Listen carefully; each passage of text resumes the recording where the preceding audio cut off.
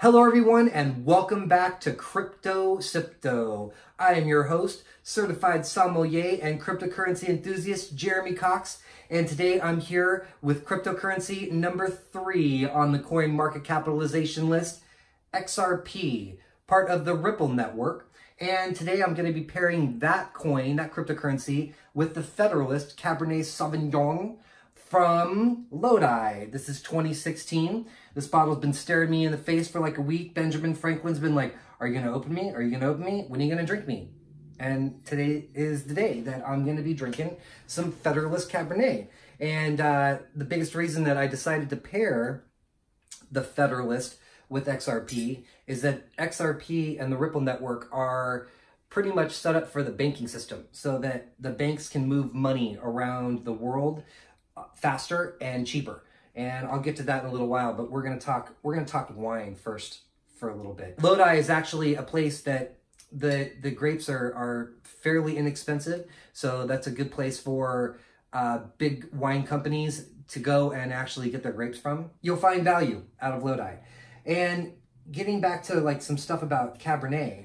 Cabernet is considered like a workhorse grape. It's everywhere. If you remember from Bitcoin in Bordeaux, it's one of the Bordeaux varietals that started in France, and then it moved all around the world. And before that, it was also kind of moving around, and it actually is a crossing between Sauvignon Blanc and Cabernet Franc. So that's where Cabernet Sauvignon comes from. And we're going to use this wonderful aerator to open this up a little bit. You should always do this if you're going to aerate, if you're going to decant your wines. Have a nice little taste of it before you decant, and then after you decant. Cheers, everybody. Thank you so much for being here. I'm so glad that you are here to join me to learn some stuff about wine and about cryptocurrency. Oh, okay. It almost tastes Zinfandel-y, even though it's a Cabernet. Really jammy. And not as rich as Napa Valley would be. My little fun spiral apparatus is going slow today. But if you notice, if you can see it through, the color of this Cabernet, if you know Cabernets, this is a lot lighter than like Napa Valley would be, even like a lot of Paso. Like it's a light colored Cabernet. It wasn't very expensive. I think it was like $11.99. It's either $11.99 or $14.99, one of those two. So not too pricey. The label is funny because going back to why I decided to pair this one, it's all about money, right? Dirty fiat. Where do you go to get dirty fiat? You go to the bank. Oh man, I totally forgot to use my thingamajigger. It's too late now. Oh well. Once this is all done, I also didn't come up with anywhere to put this. Pour some of this Cabernet. This is light. We're gonna see. There's the color. It's pretty, but it's not rich, and it has some legs. This is pushing 14%. If I'm not mistaken, we're at 14% exactly. You can always tell the alcohol content by the legs on the glass. I don't know if you can see it through the camera, but there you go. We'll give it a shot, just a little sniff. Light on the wood notes. Definite fruit. It's got some fruit to it, and it's definitely got that heat on the nose. Like if you take a big whiff, it's like, whoo, you can kind of almost like burns your nostrils a little bit. It was a little bit better to run through the decanter. Kind of mellowed out the astringent, like the tartness. It was really tart. It doesn't have a lot of tannins though, and that's one thing that you would expect from Cabernet. Cabernet is a pretty tannic wine. Tobacco, I'm catching a little bit of leather. It's friendly. It's a Cabernet that's not gonna piss anybody off. It's just it's Cabernet. But it's light. And if I was like a Napa Valley Cabernet aficionado or like connoisseur of Napa Valley Cabernet, I wouldn't be very impressed by this. But that's what you get for, I think it was like $11.99. Actually, no, I think it was like $14.99. That's the wine. Lodi, Cabernet, workhorse, usually blended just a little bit to kind of balance out the hardiness and the ripeness, the big full body character of Cabernet. A lot of times you're going to see it in California in particular. They're going to put a little bit of Merlot, Petit Verdot, Cabernet Franc, those types of varietals, sort of in line with Bordeaux. But Bordeaux and California, all bets are off. You can find Cabernets that are blended with Syrah. So, because there's no rules. You can do whatever you want in California. Let's pour a little bit more of this. What's my favorite wine? The wine that's in my glass. Now we're going to go and we're going to talk about XRP. XRP, or Ripple is the network that XRP runs on. Let's look this up really quick. I've got myself ready to go. Ripple is only 0.299299 cents right now. It's Friday, February 26th. Friday, April 26th, and the time is 5:39 p.m. And you can buy yourself a Ripple, an XRP coin, an XRP for 0.299299. And the market capitalization of this coin is $12,572,000,000. There are 100 billion XRP coins in existence.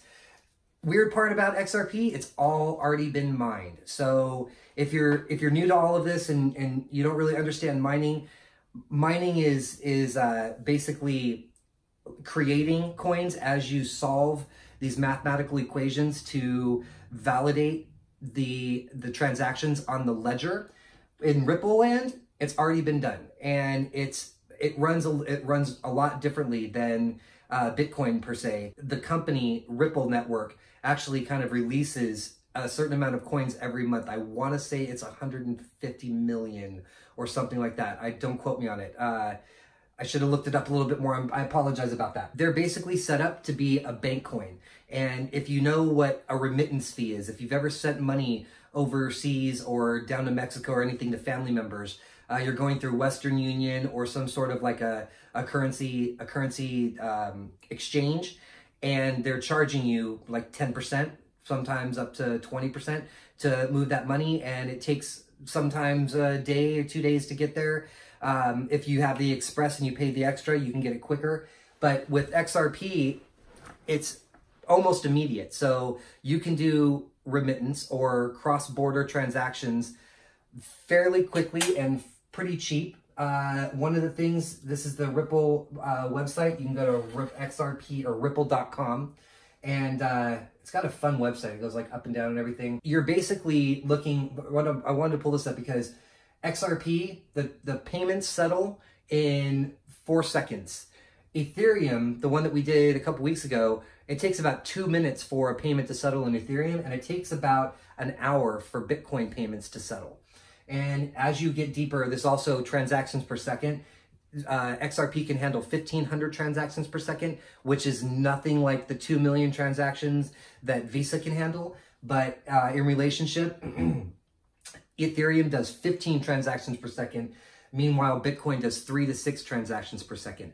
These coins have pretty much come about to solve the problem of speed for Bitcoin. But where the speed is being solved, the finite amount is not solved. Again, 100 billion XRP are out there. And that's also why you can pick up XRP for just about 30 cents.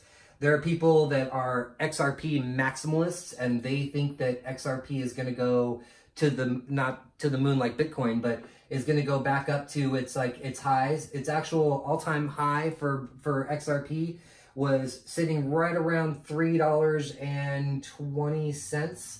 So think about that it's like you could buy it right now for 30 cents, and if it goes back up to just its all-time high, you'd be looking at a 10-time return. It's come to my attention that there are some people that are like very confused, that like my close friends that know about crypto and are like asking a lot of questions. They're like, Jeremy, I don't get it. I don't understand. And that's why I'm here. I'm hoping that you're going to be along for the ride. I'm going to get into a bonus time in just a minute here, and we're going to talk a little bit more wine probably, and a little bit more cryptocurrency. I'm going to talk a little bit about wallets and a little bit about what you would do if you want to set yourself up in the crypto space. I buy $100 at a time. of my cryptocurrency, and I do it on a website called Coinbase. It's been working out for me so far. You know, I'm not at I don't have a full Bitcoin yet, but hopefully that's going to come soon. I'm starting to dig it more. It's probably because I've had a couple sips of it, but it's not bad. It's just, it's not what, it's definitely not Chateau Cantenac Brown. Let's put it that way. So until next time, if you're going to stick around for the bonus time, I'll see you in a minute. But otherwise, cheers and thank you for joining me on this episode of Crypto Sipto. And until next time, everybody, cheers.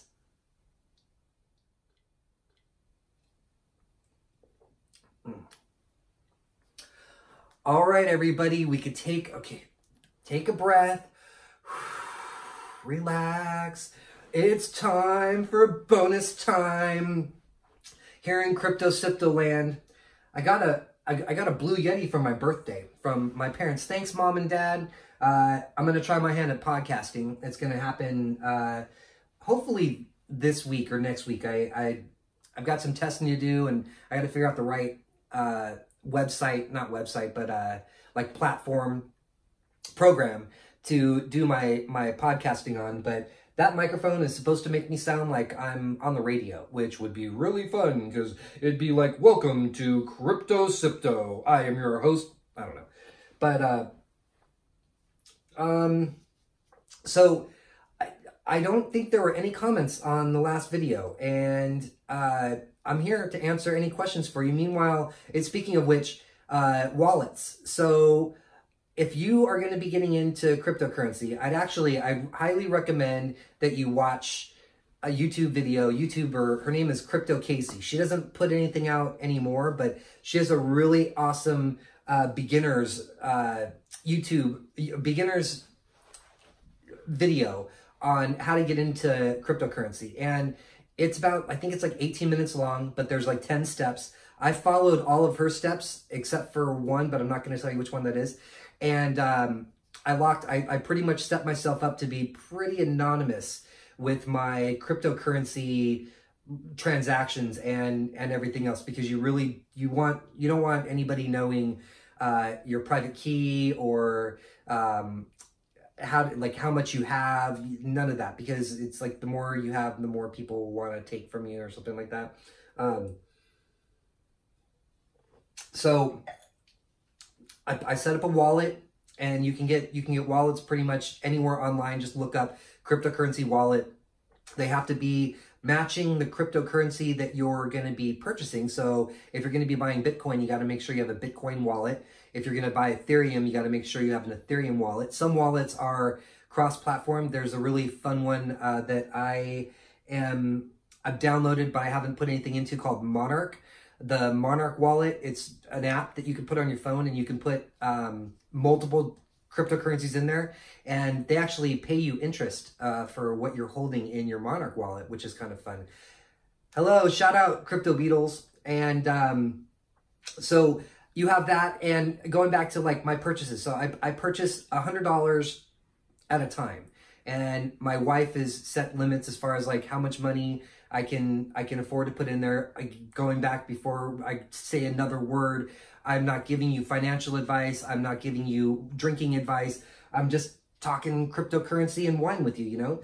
But I put $100 in at a time, and when you're buying at like regular intervals, you're doing something called cost averaging. So if I might have made my first purchase at $6,000, and then as Bitcoin's been going down to like 5,000 and then 4,000. If I made those three purchases, 6,000, 5,000, 4,000, my cost average would be $5,000. So if you cost average, then you're basically always accumulating, and you're not too worried about the price. I personally am not too worried about the price of Bitcoin right now, because I tend to think, from my experience and my research, not experience, I'm still brand new in this market, but from my research, I am fairly certain that we're going to see at least $100,000 Bitcoin. There are people that think that there's going to be $1 million Bitcoin. And if I can accumulate one Bitcoin before it goes to $1 million, thank you so much. That's 1/30 of the Crypto Sipto winery that I'm going to buy eventually, everybody. But I say but a lot. You wouldn't even know how many times I've had to edit out. So I don't know. I don't want to edit this one too much. I got to edit for time because I really don't want to bore you with all of these details and some of the stuff that I ramble on about. But there'll be, you know, some slight editing. I might leave some just in there just to be fun. Maybe I'll say like excuse me. I don't know if there's much more to talk about. My birthday was awesome. I got the Blue Yeti. What else did I do? Went out to a nice dinner at the ranch, and there's another, oh, by the way, I think I've already mentioned it before.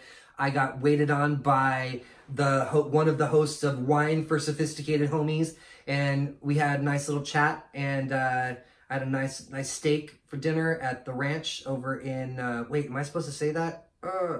I might have to edit that one out about where he works, but at this restaurant that we went to this restaurant, and yeah, I'll probably, yeah.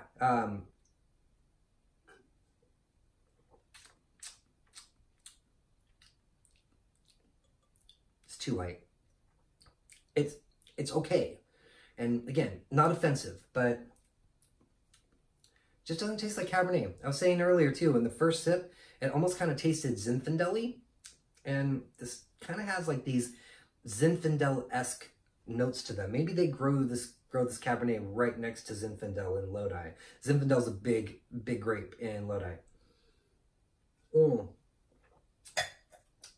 So let's see if there's anything else I want to talk about. Going back to some wine stuff. I want you all to understand, just my recommendation that wine, like cryptocurrency, is intimidating, and if you just jump in and start learning, the rabbit hole, it's deep, and there's all these little like tunnels and stuff, and you might find the white rabbit down there that would tell you that he's late for a very important date. But it's so much fun to just get there and you know, like with the Federalist, to be honest with you, I was hoping that I was going to be able to find more information on it, so I did some Googling, and I'm like, oh, you know, what's up with the Federalist? And I found their website, but when I go to the website, you know, even for the Cabernet, it's just winesmiths, multiples, rolled up their sleeves and fashioned this Cabernet to quench your thirst for blackberry, cinnamon spice, and American craftsmanship. Now roll up your sleeves and uncork a bottle. We just did, and I wasn't thrilled by it. I wish I would have had the Zinfandel. We poured the Dry Creek Zinfandel at this one right here, the Visionary Zinfandel, at where I used to work at the Walt Disney Hotel at Steakhouse 55. We poured that by the glass, and it was a hit. People liked it a lot. So that was maybe I bought the wrong wine, but I've got plans for you, Zinfandel. We're going to be pairing some Zinfandels with some cryptocurrencies coming up. But I love money, you know, and this is, I said I love money. It's not that I love money. I love the art of money. It's kind of fun. I'm actually going to I'm going to pause this for a minute, and then I'll be right back because I want to show you my gold monies, my gold bills. All right, so just like this Crypto Sipto painting that Brandon Lee Wise painted for me, I'm accumulating art for my winery because it's going to be definitely revolving around art and currency, because the way that I'm getting to the winery is through investing in cryptocurrencies. But I found these online. It's these gold bills, and they're just like gold foil. They're probably fake. I mean, fake gold. You know, I'm sure it's fake gold. But there's a $2 bill, which, side note, it's really funny.